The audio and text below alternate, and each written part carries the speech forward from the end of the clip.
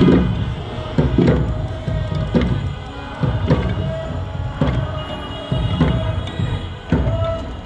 পাড়ার ওই যে হে পাড়ার আকবর সাহেব হ্যার বাড়ির কাম করতাম।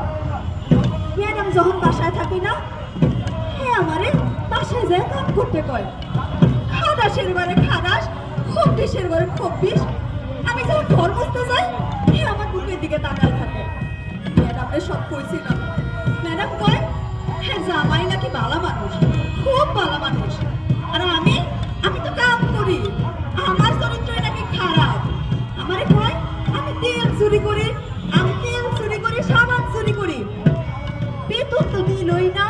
দেখেন আমার হাত, দেখেন আমার পা, দেখেন পায়েরা কোনো জায়গা রাখছে না। আমরা গরিব বইলা কি আমাকে মান সম্মান নাই? আমাকে মান সম্মান নাই?